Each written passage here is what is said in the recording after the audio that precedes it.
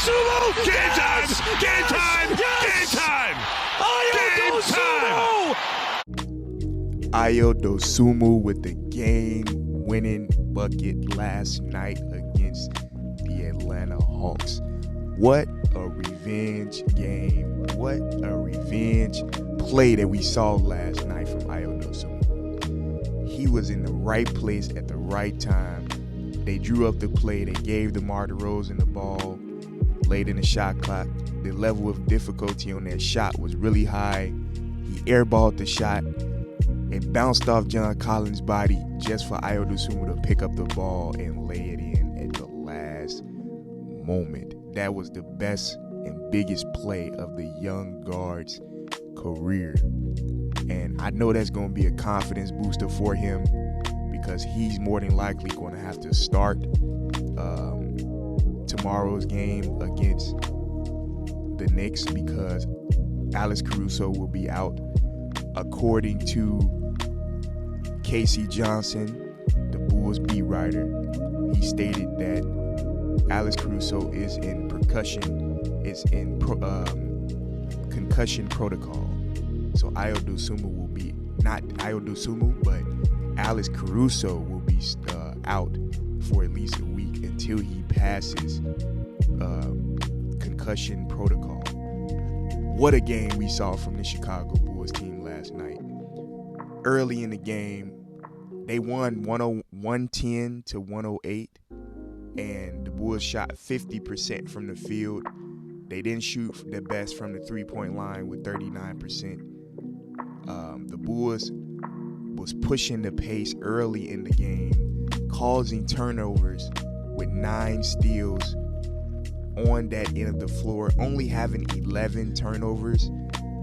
The Bulls scored 44 points in the paint with 12 fast break points. They started off with disrupting the passes early in the game, with Alex Caruso being in the lineups, getting the steals, but we didn't see what we normally saw from the Chicago Bulls. Normally what we see is when they get the ball, they try to set a play, they try to run those quick plays with giving DeMar DeRozan or Zach LaVine the ball. But what we saw when they got the steal, they immediately looked to throw the ball up the court and push the pace. AYO Dosunmu had some big buckets down the break when that was given to him. Zach LaVine had some highlight plays. Patrick Williams, the ball was just moving. Players was touching the ball on the break. That's what we have to see from this team every game. We have to be a team that can protect the ball at all times. We have to be a team that is able. We have the defenders who can disrupt players and cause steals. We have to take advantage of that and play with that energy, knowing that we have some key players that are going to be out in Friday's game and probably for a couple of games, with Javonte Green missing time, Dragic missing time. We had Alex Caruso go out. So we have to allow players to come in. The players that have the minutes, they have to come in and play with that intensity, play with that energy like we saw tonight. The Bulls led at one point by 18 points, but they started to go away from what they was doing in the first half, which was feeding the ball in the paint to Nikola Vucevic, scoring on the break, causing turnovers, and cutting down the turnovers on our end of the floor. They started to go away from that once we got further into the end of the game down the stretch. But in the third quarter, the lead cut all the way down. The Atlanta Hawks cut the lead all the way down, and it was a close game throughout.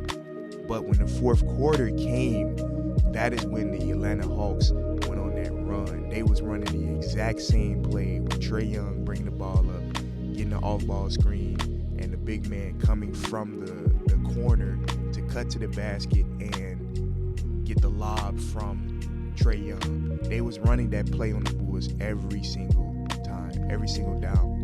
time down the floor.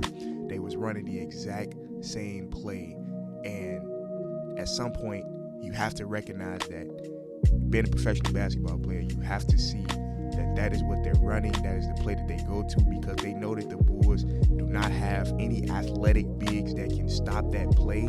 They can just go right up and take the ball over Vucevic and dunk it.